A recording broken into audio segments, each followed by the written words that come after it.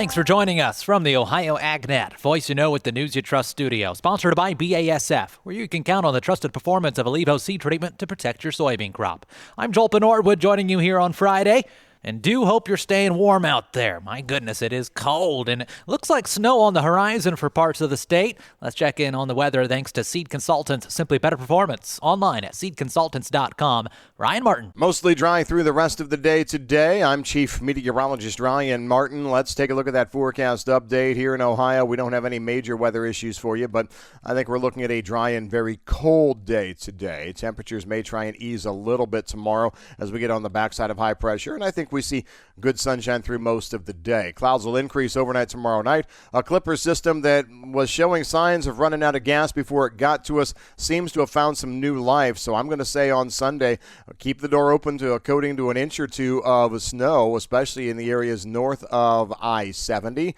Dry for Monday with high pressure close by, and then we've got several rounds of snow coming Tuesday, Wednesday of next week.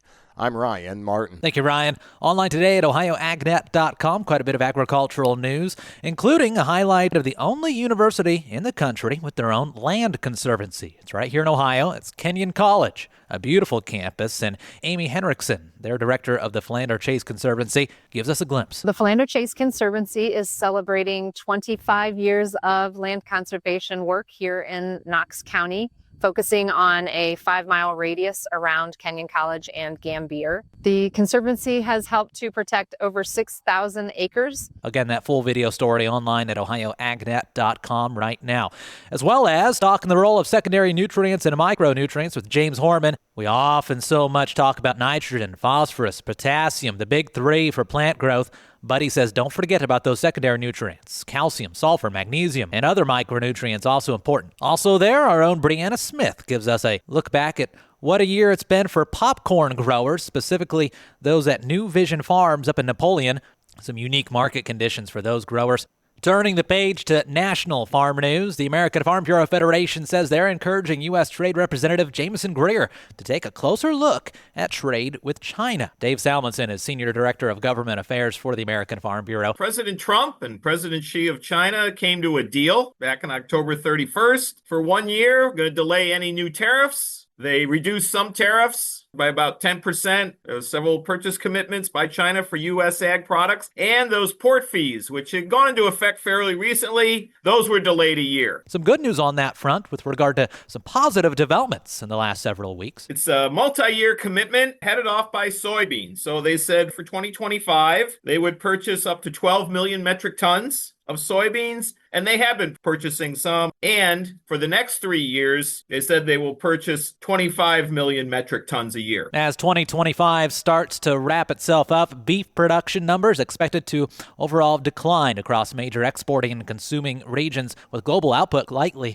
to stay tight into 2026. That's according to new analysis from Rabobank. The United States will see the biggest drop in volume due to smaller herds and reduced slaughter, prompting other producers like Australia to expand feedlot capacity to fill the gap. Several countries, including that of New Zealand, will experience sharper percentage declines because of tight margins, disease, and changing demand. Analysts say keep an eye out for the supply pressure raising beef prices and altering supply chains in importing countries as consumer demand does continue to rebound post-pandemic. Let's take a quick break. We'll be right back with a look at markets on the Ohio AgNet coming up next. When you combine the advanced technology of Enlist E3 soybeans with Seed Consultants' dedication to performance in the Eastern Corn Belt, it's a simply better experience. Our Seed Consultants brand soybeans are hand-selected, tested, and proven to perform in your conditions, backed by the local knowledge of Seed Consultants sales professionals. Bind to better soybeans with reliability and results packed into every variety. Visit seedconsultants.com. You're listening to the Ohio AgNet. Before we get to those market numbers, let's see what's driving those today in this update with Lice Mercantile. This is Ryan Metzger with Lice Mercantile, providing you with your end-of-the-week technicals. These technical indicators are, of course, the price levels in which futures find support and where futures find resistance.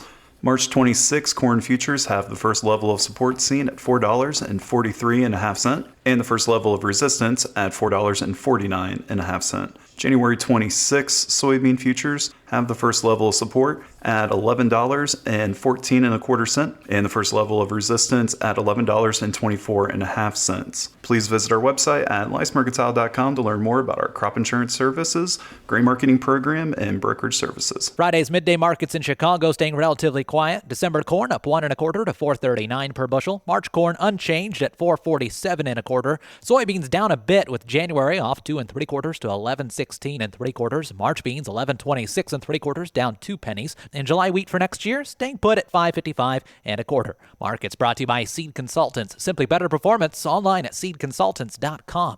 December live cattle up $2.78 to $224.23 per hundredweight. Strong on all sides of the livestock front as March feeder cattle up $2.98 to $332.70. December lean hogs a 55-cent gain to $81.68, and even milk gaining 7 cents to $15.48 for January Class 3. Don't forget Monday, tune in for an update on the Midday Show from Ohio Corn and Wheat. That's Farm News. This is the Ohio AgNet. Have a great weekend.